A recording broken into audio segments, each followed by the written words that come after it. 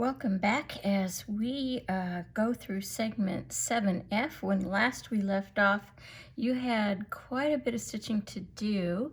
You were going to work on the long hexagons that were part of the perimeter apron shell. So that's where we left off. Thank you again for joining us. Southeastern Quilt and Textile Museum, Stay at Home and Stitch, Fun in the Sun Summer Camp. This again is our fourth project, the last one in the series, and we are on step 7F, where we're going to stitch the tail, the head, and the flippers. So our goal is to get to this point where everything is stitched, and here is where we're at. Remember, for step 7, way back at the beginning, I inserted a video with a question mark that says, what stitch are you going to use? I'm still playing with both of them, so you can see I didn't stitch as much as I hoped you would do, which was to get all of these apron and then these two pieces at the back end, plus the other side done. But I have been playing with, blanket stitch on this side. You can see I left our yellow sample up and then have done some in the Monet thread or the aqua thread. And then whip stitch on this side. Let me pull that down a bit so that you can see it. And so whip stitch on this side. And honestly, I'm probably leaning towards whip stitch, and I probably haven't used it before. Again, I do think it takes up a little less thread. It may go faster. It's a personal taste thing. If you're a brand new beginner with this much to stitch, you may want to opt for the whip stitch. Again, go through all those step 7 videos, looking at the blanket stitch, looking at the whip stitch. Try them both. I didn't speak to that. I often, when I start a brand new project, I will audition stitches. So it's not uncommon for me to do what I did here, basically. One whole one, let me pull that back in again, one whole hexagon blanket stitch, and then another one with a whip stitch or whatever stitch I'm trying out. I'll audition them and I'll just leave them there for a while until I decide where I really want to go. Again, for this, I think I'm going to opt for the whip stitch, and that's new for me. Let me speak about the whip stitch one more last time. Normally, a whip stitch is done with fairly fine thread and pretty small stitches so they don't show. I really think we want them to show on this particular project, so that's why, again, mine are about 1/4 of an inch apart at the top and are about 1/4 of an inch deep. I call that at the leg, at a leg. Same with the blanket stitch. They're about 1/4 of an inch apart and then about 1/4 of an inch deep. And that'll also help you cover ground a little bit more. So we're at step 7F, and I'm asking you to stitch the tail, the head, and the flippers.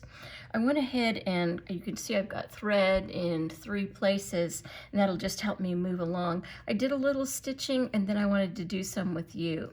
So the first one that I'm going to tackle is the whip stitch, and again, I'm working on the flipper, which is right here. Remind yourself, if you're doing a whip stitch, that the blanket stitches look straight when you look at them on the back, and the whip stitches, the reverse side is going to look like a diagonal, and that's exactly what it's supposed to look like. All right, so what I wanted to show you here was I'm moving up onto the shoulder where I've underlapped, and I just wanted to show you what I do. Again, whip stitch or blanket stitch, I'm just drawing an imaginary line. I'm just pulling my thread so I know it's straight. I'm eyeballing in about 1/4 of an inch. I'm going at an angle, and I'm coming back up about 1/4 of an inch over there. I think I can get 2 more stitches, again, drawing that line. And again, using the thread as your road map, I think, is really smart. You'll have to hopefully do a lot less measuring, and you'll be able to see what's going on.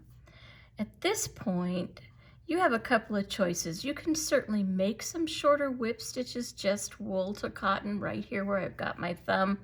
But honestly, since it's underlapped in my mind, I'm going to go way over here to where it shows up again, where it's just part of the flipper to the cotton, and that's where I'm going to put my next stitch. So I'm going to have at least about a ½ inch of blank space here where I haven't indicated stitches because I'm giving you the illusion that that is underlapped up under the actual apron of the shell. And then I'll just pick back up again. So I've got, you know, 1/4 inch in, 1/4 inch over. On this one, I got to keep those threads away. I'm stitching it to the left so that I don't create a blanket stitch. I'm just doing straight lines. So I hope you get an idea with that. And that's an example of doing it as a whip stitch. Let me go to the other side. For this one, it's a blanket stitch. Notice on this one, I did start at this point down here, and I did 1 complete stitch in a circle, so I've really locked that point, and then I kept going with my blanket stitch. I stitched up to here, I went underneath, and then I restarted, and that's where we're at. So for that, again, I'm employing my left thumb to keep that thread moving towards the left. Make sure I've got a good view. I think I do. And then I'm just going to eyeball over 1/4 inch, and in 1/4 inch I'm going to come up. And actually I want my thread, yeah, over there. So good. And I'm going to come up through the circle. And so each stitch basically locks this horizontal parallel piece, and that's what you want to do. Don't pull it so tight that it rolls over, but don't leave it so loose that you could catch a fingernail under it. And it's a finesse kind of thing. You will get better and better at it. If I haven't said it already, and I'm sure I have, you know, for those of you that are new to this kind of hand applique or using embroidery stitches with wool applique, we're looking for progress over perfection. On a project this size, you'll be able to see the progression of your work, the progression of your stitches, how they've improved over time, and you'll begin to know, oh, I really like that stitch, or no, not my favorite. Maybe I'll learn or investigate some new ones. So that's an example of getting the blanket stitch going. I am going to try and speed up a baby bit here. I do want to show you again one more time. When I get to that point at the bottom, I want to you know, jump over the existing leg that's there so that I'm basically connecting my stitches. I think I got at least 1 more stitch to do, maybe 2. I'm going to leave it at 1. And notice as I got down here, as the flipper got more narrow, my stitches got less deep. So they're not 1/4 inch deep anymore. They've got to get smaller because they've got to split the difference from this side to this side and share space. All right, and then the way I end that is I just want to be really sure. I don't want to come just to it. Make sure I'm in the screen there. I literally want to jump right over this leg right here. It's showing up as a light green in the variegated thread, and I'm just going to jump right over, and I'm going to go straight to the back. And I get the illusion that all those stitches are connected all the way around. One more time, if you want to see me tie a knot on the back of the work. Again, blanket stitch is what we just did. Note that those are all straight stitches. I'm just going to take a bite of the sand, maybe 1, 2, 3 stitches or, you know, threads of it. I'm going to pull up a loop. I pull that loop up pretty small, and then I'm going to go back through the loop. So pull up the loop, go back through the loop. Pull that tight, that's a knot. And I don't count that as done. I'm going to, right outside of that, I'm just going to weave these threads, and I'm really just barely up under the sand. Those stitches shouldn't show on the other side. And I'm just going to weave about 1/4 inch of thread in, and then I'm going to take my scissors and I'm going to cut and leave, again, about 1/4 inch tail each time. It's okay if we've left 1/4 inch. It's actually a good idea, as this is handled for finishing. This kind of becomes, I've told you before, that scaredy cat tail, and that's a good thing. It's less likely to come undone if it's frayed up a little bit out here, so that's all good. And then last but not least, I said, you know, do the tail. So you were doing flipper head and tail. I'm not going to stitch the head. Again, you choose whatever stitches you're going to do.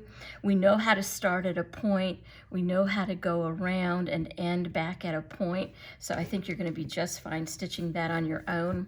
The tail is narrower at the I guess close to the shell and away from the shell. And, you know, again, use some strategy. Think about it. You know, how many stitches am I going to get across here? It looks like I'm going to get 3. I'm going to get 1 at a diagonal. I'm going to get 1 straight. And I'm doing a whip stitch for this. And I'm going to get 1, I'm not quite out at the right place, so I'm going to back my needle up. And I'm coming up through the sand right at that corner. And then this one's going to be a little bit at an angle. Again, notice each time I'm drawing that thread, so I know where I want to go. Okay, and then I'm going to come up about 1/4 of an inch away.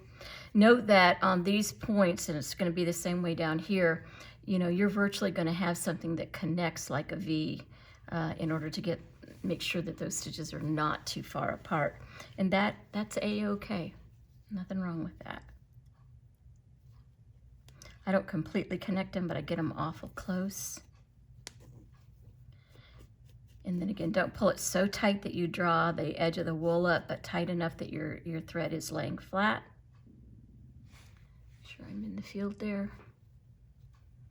And I'm going to come in at about 1/4 of an inch, out to the edge about 1/4 of an inch away from my previous stitch.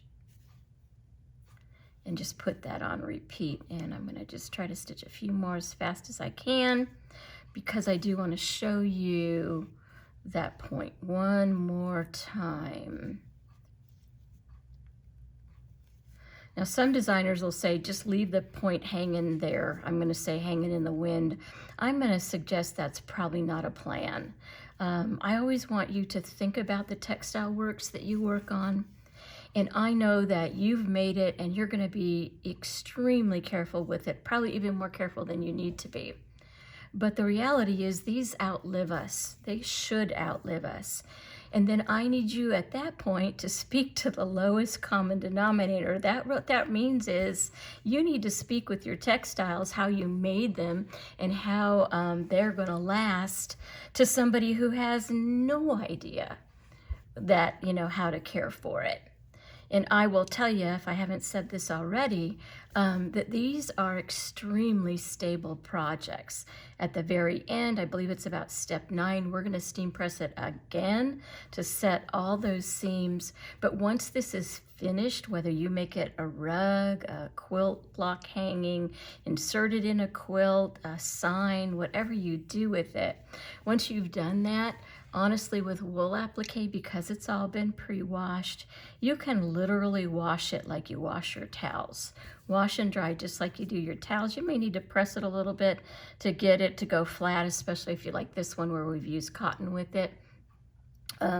But it's a very stable, and you really shouldn't be able to, if you've tied good knots all along, you shouldn't be able to hurt it. So there's an example of the tail finished right here with the whip stitch. I hope that you are well on your way. You're going to go back and make sure you've done the head, the flippers, and the tail, and that means you've got just about everything else except the eyes and the nostril done. So I'm going to encourage you to get to that point, and we will move on. I believe we're moving into step 8. See you then.